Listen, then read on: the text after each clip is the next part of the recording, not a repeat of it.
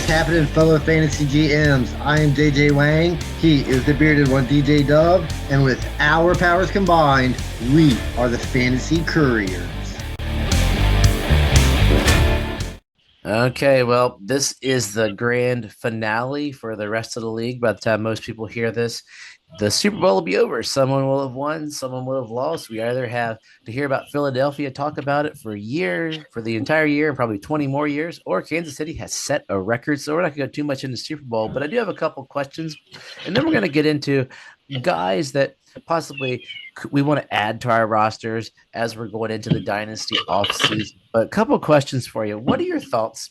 MVP, Josh Allen.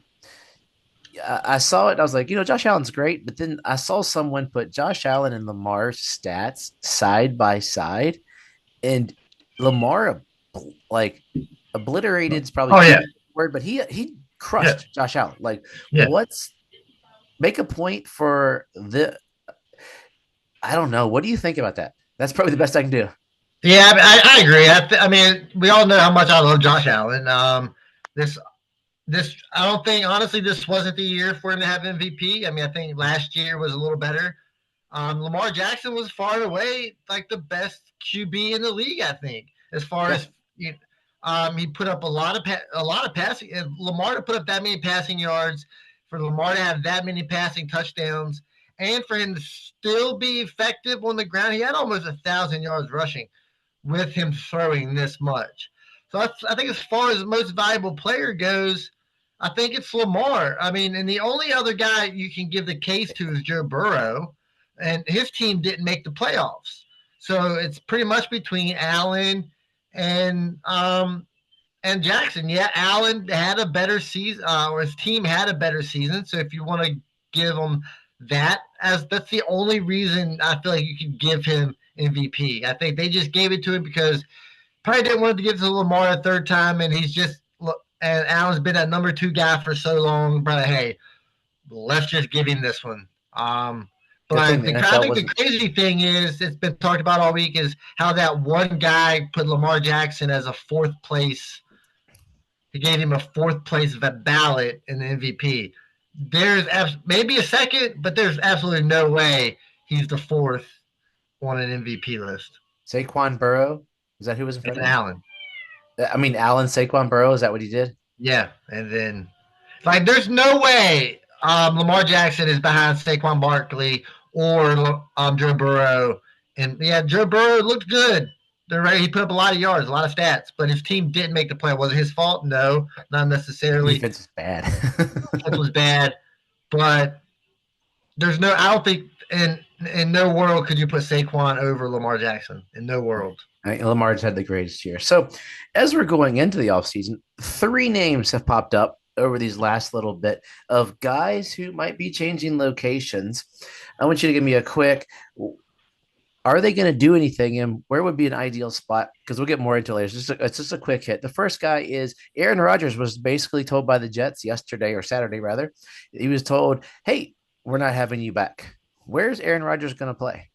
Is he going to be a Viking to be like Brett Favre? I hope not. Honestly, I think it'd be tough for anywhere for Aaron Rodgers to go. I mean, they've seen what they've had. They've seen what all these teams have seen what they've had to deal with the Jets over these last 2 years, and it's not like their roster has been bad. They've got good players on offense.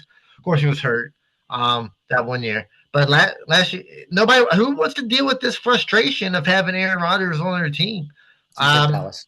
God, I hope not. But I mean, I guess you can look at maybe teams that don't have quarterback. I mean, Tennessee, maybe they draft a young guy and then they want to bring. But do you really want your quarterback to learn under Aaron Rodgers? Your young quarterback, probably not. But maybe Tennessee passes on quarterback this year. But who knows? They do bring in Aaron Rodgers, and he's good enough to get them to 8 wins, 7 wins maybe. Probably not. That team's dreadful. But then they lose that spot for quarterback. So Tennessee, but I mean, maybe the Giants, maybe just jumps to the other New York team. But I mean, I wouldn't have Aaron Rodgers on my team at all. And speaking of the Titans, I saw a thing. The Titans might trade out of the Yeah. first pick, sign someone like a Darnold or right, and or let Will Levis do it another year. And I was like, you got the first, but then again, I don't know if he's. I don't know. Anyway, Debo's been given permission Super Bowl Sunday to go for a trade. What kind of a team needs a gadget guy that basically is the heart and soul of your team? 49ers are going to win like 3 games next year without their heart and soul, but where could he go? Where would be a good fit for Debo? I mean, I think any team would be a good fit for Debo. I mean, for what he kind of brings to the team, I think. DC. I mean, but like I said, does he's had one good season. I mean, he's had one great season and a bunch of average injury plague seasons. So who really wants to deal with that? So you got to be bringing him in, thinking, hey, I don't know what I'm going to get, but I mean, maybe a team like the Commanders. Like that. But I mean, this is kind of hard for me to do on the spot. But I feel like he could go anywhere and be effective. But I mean, I like coming to the Commanders, like take maybe a little pressure off of McLaurin, maybe open things up a little more downfield. Um, but I think anywhere would be a good fit. But who'd want to deal with what you'd have to pay him, and then maybe get what you've gotten over the last few years? What's a trade? So maybe they'll get the 49ers to eat something. I like the DC was where I thought. The last one was, which makes me happy with my Puka love, is Cooper Cup. He wants to be a Ram. They say they are looking at trade possibilities. So do you think they trade him? And if so, will Cooper Cup be worth having more so when he's not a Ram? I think so. I mean, I feel like Cooper Cup is like Debo. He's another one of those guys. You put him anywhere. He's been a good receiver. I think maybe if the 49ers are losing Debo, could they bring in Cooper Cup? Ooh, imagine him. I was thinking about the Chargers. Chargers would be With another him good one. opposite Yeah, of Lad, that would yeah, be pretty money. that'd be a good one. That'd be a I good mean, one. So, honestly, I feel like you could put Cooper Cup anywhere with a good offense, a good gunslinging quarterback. I think he might not be the number one guy, but I think he could help. yeah. Well, there you go. That's just my 3 questions. They popped into my head as before we were starting the show. I was like, those guys. There's gonna be a lot of guys changing, but those are some big names that'll be moving around a little bit. But they're older big names. So we'll see if any young guys gets. I think running backs probably get a little more money this year. Thank you, Saquon Barkley. They will all owe him at least a little bit of commission. Okay, JJ Wang, you are running the show from this point. We're looking at guys we're adding to the roster on our dynasty, either to add depth or because we kind of are digging them. Yeah, so I mean, these are just some guys that maybe flashed or maybe had a game here or there. I mean, honestly, like, it could get you in trouble because that's how I fell in love with Gabe Davis. I seen Gabe Davis on a Monday night in Buffalo, have a good game, and he just looked bigger and stronger and faster. So I was like, hey, I'm gonna go out here and get Gabe Davis everywhere I can. Went out and got Gabe Davis everywhere I could, and never really panned out. He had some games, definitely boom or bust, but it really didn't pan out. But everybody's got these guys on their teams that they like. So coming in at the end of the season, you're going to drop a lot of guys. You're going to be adding a lot of guys, and these are some guys. I think running back was probably the easiest because who doesn't need running back? So we'll start there. And a couple higher tier running backs, so we don't have to spend a lot of time on. We all know why you probably want them on your team. You can get them a little cheaper. The first, I'll do James Conner. I know he just signed the extension, but he's getting older. I feel like if you're a contending team, I think James Conner would be a good get for you. He's been relatively healthy, and he just produces. The next guy, David Montgomery. David Montgomery's never been like the guy, but he's always been a guy, right? With the emergence of Jahmyr Gibbs, I think you could probably get Montgomery cheaper than you've ever gotten him before. Of course, you might not get that workload, but I think the Lions like him. They like his style. I think he complements well with Montgomery, with Gibbs. And then the last one, I got Zach Charbonnet. Kenny Walker seems to be a little down. Charbonnet got quite a bit of run this year. I mean, it wasn't great, but he showed flashes. I think with Kenny Walker still being the bigger name there and everybody think he's going to be the starter, I think you can still scoop in, get Charbonnet relatively cheap. Your thoughts on those 3 guys? I think Montgomery, I still think he's still part of Thunder and Lightning, even with the explosion of Jahmyr Gibbs. Jahmyr Gibbs was Jahmyr Gibbs even knowing and even having Montgomery, he just became Adrian Peterson Gibbs for a couple of games because without Montgomery there for the last part of the year, I think Montgomery's still healthy because he's if you could get Montgomery as your RB2, oh my goodness. That is a stellar stash there to have him to fill in that spot because Gibbs is gonna probably get a little more of the receiving, but you know that Gibbs will probably lose the inside the fives 70% of the time. They started to give him some with Montgomery in there, but I think if Campbell seems like a smart coach. I mean, he's not going to have any of his other coaches. They're all gone. But hopefully the new guys he brings in are smart enough to realize we don't kill the young running back. Let Montgomery towards the end. Let's give some pound onto him so we can keep the young running back going for a while. I like that one. Connor, I've always loved Connor. He's a good heart story. And he's done nothing but been a solid producer. Like nothing astronomical, but he's been a solid producer in Arizona, like never getting less than 7 touchdowns. He had 2,000-yard seasons the last 2 years. And last year he did it in 16 games. So his efficiency was down a little bit. The year before it was in 13. And the thing is, what I wonder, he might be one you can finagle cheaper because maybe Trey Benson does something this year. Maybe he steps up, gets into some of that workload, or maybe they're smart and they want to keep Connor healthier-ish that they'll do what Detroit did. So I dig that one. Charbonnet, I never know. Charbonnet, didn't he? He had that really stud game Yeah. in the playoffs, didn't he? In Yeah. the fantasy playoffs. Yeah. So he's shown that he can do it, but then he's also shown that he can dud like a champ. But then again, Kenny Walker's been hurt. So it depends upon what the coaching staff thinks of those two guys. Are they going to be smart and split it? Once again, NFL's smart to split them. I think you could probably I bet you can get Connor cheapest of the three. Charbonnet, it depends upon what people think of Kenny Walker. So I don't, Charbonnet for some reason, I just don't. He's the one I scared the most of. The other two, if I was a contender, I'd go for it. If I'm not a contender, I don't want any of these dudes.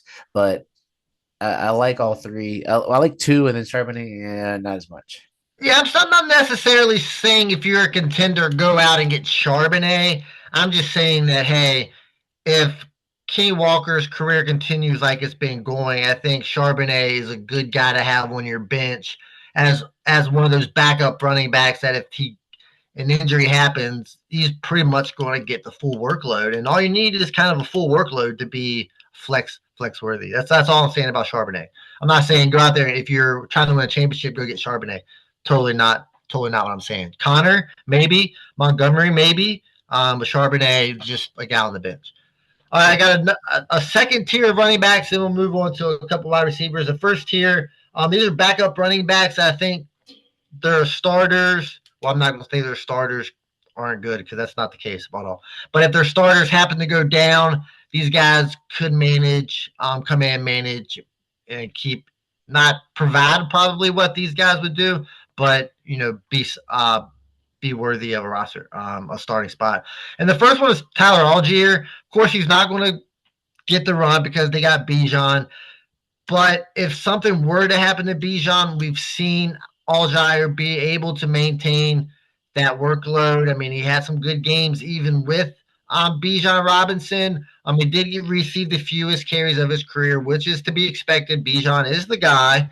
But we do know that if Bijan were to go down, Algier could carry the workload, and that's a guy that you'd like to have on your bench. You probably won't be able to start him, but as far as running back goes, I think just 28 rosters on some of these teams. I mean, you could definitely fit it Algier. And the second guy is Tajay Spears. We haven't been able to see what he can do as far as rushing goes because that's mainly gone to Tony Pollard. But there towards the end of the season, this past year, Spears was showing what you could do in the air. And if you're playing in PPR, these running backs that can catch balls, I mean, they're the kind of guys that you're looking for. And if something were to happen to Pollard, or they even release Pollard and Pollard's not coming back, I think Spears could fill into that role and be a legitimate definitely a flex and maybe a reliable RB2. Thoughts on either of those? I just froze. Oh, Tyler Algier. I loved him as a running back, and that's why I was more shocked with the Bijan pick. They just chose the best player, and Bijan's a stud. So it comes down to your roster. If you have the spot, you can never have too many running backs, and even if you don't have Bijan, you having that extra running back never kills you. I would rather have 10 running backs on my bench than 10 receivers, because if you have about a handful of receivers that are good there, and then you have Tyler Algier and something, God forbid, happen. I mean, statistically, every stud running back has that 1 year where something goes wonky, or Christian McCaffrey, it's every other year. But Bijan could be Derrick Henry and just go forever. We'll never know. But Algier could hit that second stride. So you have trade fodder for that desperate Bijan owner, or you've got a guy that's going to step right in, or you see that the Falcons realize, hey, we've got a bowling ball here. Let's give him some. Let's keep Bijan's totes down a little bit to keep him healthy. As far as Spears, he's going to be their scat back. Tony Pollard's got 2 more years there. I'm trying to look up their contract to see if any of these were voidable, because he played well enough. I don't think they would get rid of him this year. Dead cap is $7 million, so he's going to be there this year. 26 will be the year we find out that. But I think if they play correctly, both those guys should get tote. But he'll be great for PPR, even if Tony Pollard's playing. So he's a great RB3 flex option for your team. If I could have one or the other, it'd be Spears over Algier. Even though I like Algier, I just think that if he's a guy that is going to be there, and if you got to drop someone, you're more than likely going to drop him if you're trying to take a flyer on some rookie. I think out of the two. All right. Real quick, last two guys are really deeper. May not get a lot of playing time. One may get more than the other. So the first one's Isaiah Davis from the Jets. Showed some spots. He showed some flashes, but again, as long as Breece Hall's there, the show is Hall's. But I think he's a guy that, I mean, yeah, you might rather have somebody coming out of the draft, but if you miss on that guy, I mean, hey, this guy was found that he's also dealing with Braylon Allen in that backfield as well. So either one of those guys would work. And the next guy is from your team, the Dolphins, Jalen Wright. HN was a top running back. His rushing was way down, and he was more of a receiving back. But that offense was different. So I mean, if he continues to be a dump off running back, fine. But I don't think the rushing capability is there. But if you bring in Jalen Wright, I think he's more of a runner. He can still catch. So, I mean, if something were to happen to HN, I think Jalen Wright would be a good guy to fit right in that offense. Thoughts? Oh, I think you make a good point, too, that people need to think about. At this point in the offseason, your roster should never have empty spots. I've seen guys in dynasty leagues have empty spots. If Isaiah Davis is on the waivers, boom, throw him up. Jalen Wright sitting there for some odd reason, throw them on your team.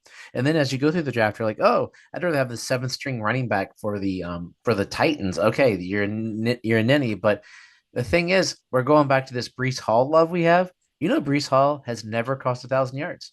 Isaiah Davis had he had 174 yards. Breece Hall had 876. So we're talking 600-yard difference between the backup and the star stud running back in 16 games.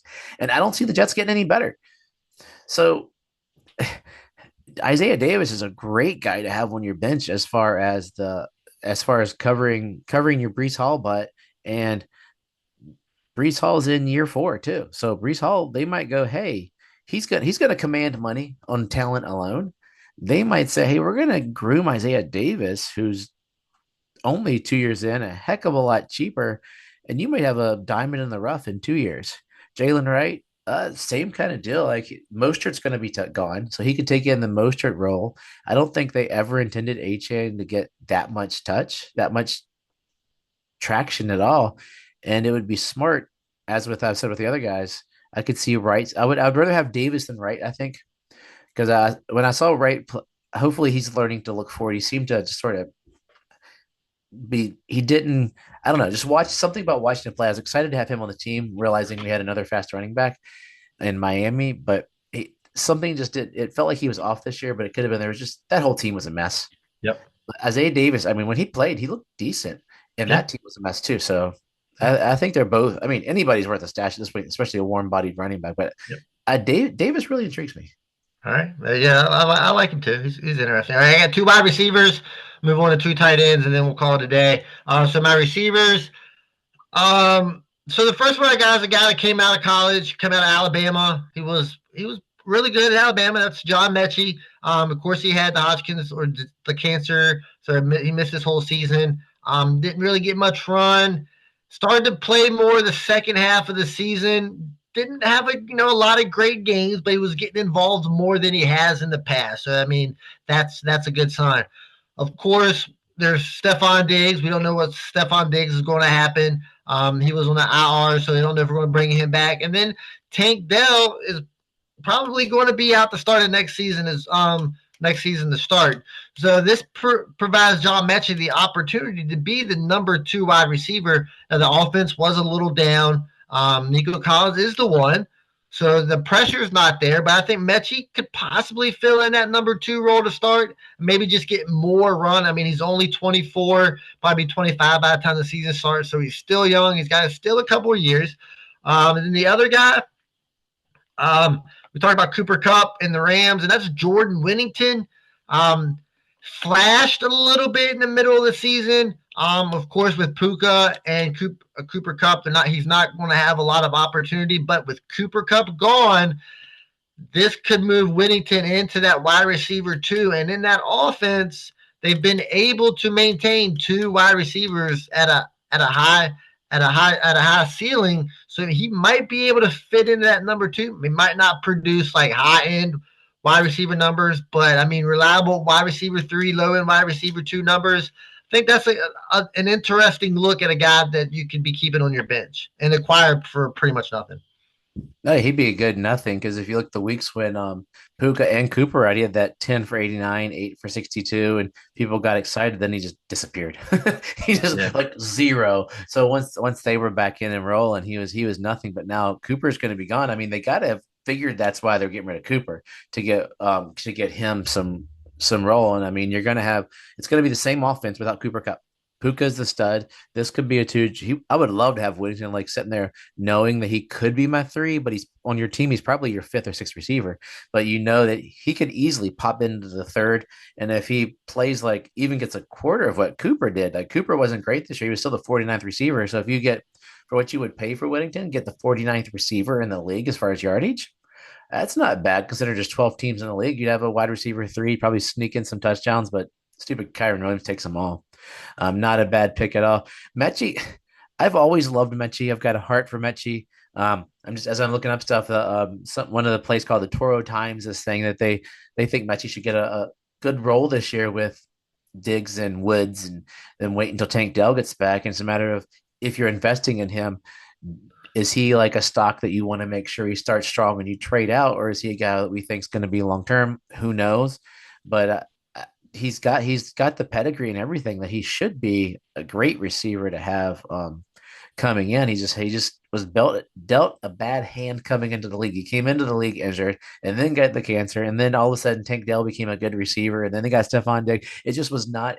If anything could go bad for that poor dude, it went bad for that poor dude. So I mean, I'm rooting for him like a champ. I think I might have one Mechie. He's one of my chopping block guys on a couple teams, but I'm hoping because I do think that the Texans passing game bounces back, kind of like the Packers passing game. Well, that is to quote Josh Jacobs, if they can get a number 1 receiver. I mean, he's being true. I mean, he's being honest. I mean, but he's going to be in the locker room with those 4 guys next year. You don't want to say that about your teammates, but I mean, honestly, I mean, if those wide receivers, I know they got to know deep down that they're not a true number 1. I mean, they might, they think those guys have egos, man. They all think they're good. They're just not getting it. Like unless they get T. Higgins, he's going to have some very awkward conversations to get when he gets back there. And he better perform after saying that to them. So that's all. Well, I mean, there hasn't been too many seasons where he doesn't perform. So I'm pretty confident in Jacobs. Yeah. We'll go to next is the tight end. We won't do quarterbacks. Quarterbacks are kind of wonky. There's only so many. Most of them are whoever you like. So we'll just end it with 2 tight ends. The first one's from Baltimore, Isaiah Likely. Of course, Mark Andrews is the guy, but after that wicked bad drop he has, going to leave a taste in the mouths of a lot of people. So Isaiah Likely, big, athletic, shown some flashes, also disappeared a lot. So if he could be more consistent, I think more consistency would help with the removal of Mark Andrews, but I don't know necessarily that's going to happen. But I think Isaiah Likely is a good guy to have on your bench. Probably you can't start him. Maybe you can, but I mean, I think he's a good guy to have. Maybe, and then a little deeper, let's go to Carolina and look at Jatavion Sanders, the rookie last year out of Texas. Of course, that team was dreadful in the beginning of the season, started showing some life at the end of the season. I think with the lack of weapons that they have and tight ends, sometimes takes a year, 2 years, 3 years. I think this guy has the athleticism to move in to be maybe not the top pass catcher on the team, but definitely the second.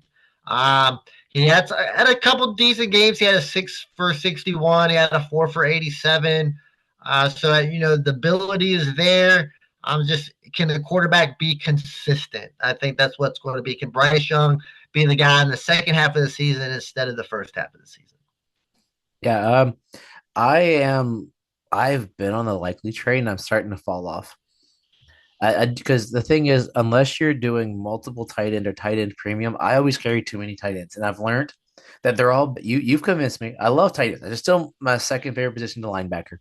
I love tight ends. So in fantasy, I love them, and I always have too many, but you really don't need but two. So if you Isaiah Likely is like holding a backup tight end and hoping Mark Andrews gets injured. And we played him in our fantasy turf wars, which, hey, everybody, we're signing up for season 2. If anybody has a business and wants to join, we got a referral code you can refer and say that the Couriers sent you, and we'll be part of your support system. But anyway, Likely he took us some things and then he just died. He disappeared. I love this Ja'Savion Sanders kid, big dude, athletic, and maybe this is the year. I mean, they started to show some life towards the end of the year that cost them some draft picks, obviously. But the Panthers at the end of the year was sort of what I expected to see this year. I wasn't expecting them to be the Eagles or Chiefs, but I was expecting them to be a team that we're like, ooh, they might make the playoffs, but they didn't. And then the last month and a half of the year, they had signs of life. That's when he sort of petered a little bit out, but it's because Adam Thielen stepped up. So I like this young, big tight end. And I think, as we always say, a young quarterback's favorite pass catcher is the young tight end, is the tight end rather. So with what I think Mark Andrews is going to do next year, and I think he's going to come in like Tiki Barber did after he fumbled all those years. He just came in like a barn buster, didn't fumble, and just went crazy.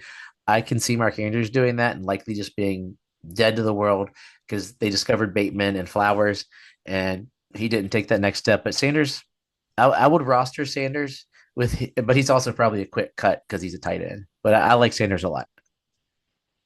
So what? Yeah, that's everything we got. Any final thoughts? No, I think I mentioned sort of earlier. Just make sure that it's the off season. Keep your ears to the podcast. Keep your eyes on articles coming up. If there's a guy that you have a curiosity about, throw him on your roster. It's not hurting anything. You're not starting any guys again until September. So if you see a running back that maybe you heard Kyle Shanahan say, hey, that guy seems like a pretty good guy, and his name is Jim Bob Jones, put Jim Bob Jones on your team and drop that guy that you're like, I'm just, don't drop something stupid, but you got to drop your kicker. If you're on a thing that takes kickers and the defenses into the offseason, there are no kickers or defenses worth carrying at this point. I always do that. Drop them, pick them up towards the beginning of the season because you play kicker roulette anyway. I mean, I do have a heart for Buckner, but you play kicker roulette during the season, so don't waste your time on that. Fill up your rosters, keep them full, keep active. Talk to guys. I've been in conversation with a guy. He's just asking too much. I love the guy, but I just can't give it up yet. But be active, and if nothing else, that's what makes it fun, right? I don't know how the people that do nothing stay in fantasy football. I get bored and not want to do it. So just stay active. Listen to the Couriers. Keep listening to us and sharing us out. But that's jokes aside. But be active. That's what makes football fun, and it makes it a year-round sport as we get into the combine. We get into the draft with free agencies, one of the greatest weeks of the year, and then the draft, and then boom, there we are. It's already OTAs. Yeah, that kind of lead me into my words of wisdom. I think there's a couple of times throughout the year where you can get these kind of guys for cheap because nobody's really paying attention or other things happen. And that's right now. People are kind of put fantasy on the back burner so you can kind of scoop in and get these lower tier guys a little cheaper that nobody's really paying attention to yet. And also is right after the draft when these teams are bringing in their rookies and everybody thinks, hey, the new hotness is way better than the older guys. Well, not old guy, but the guy that's been already in the league. I'll drop him and add a rookie. Then you can scoop in and get them at that point.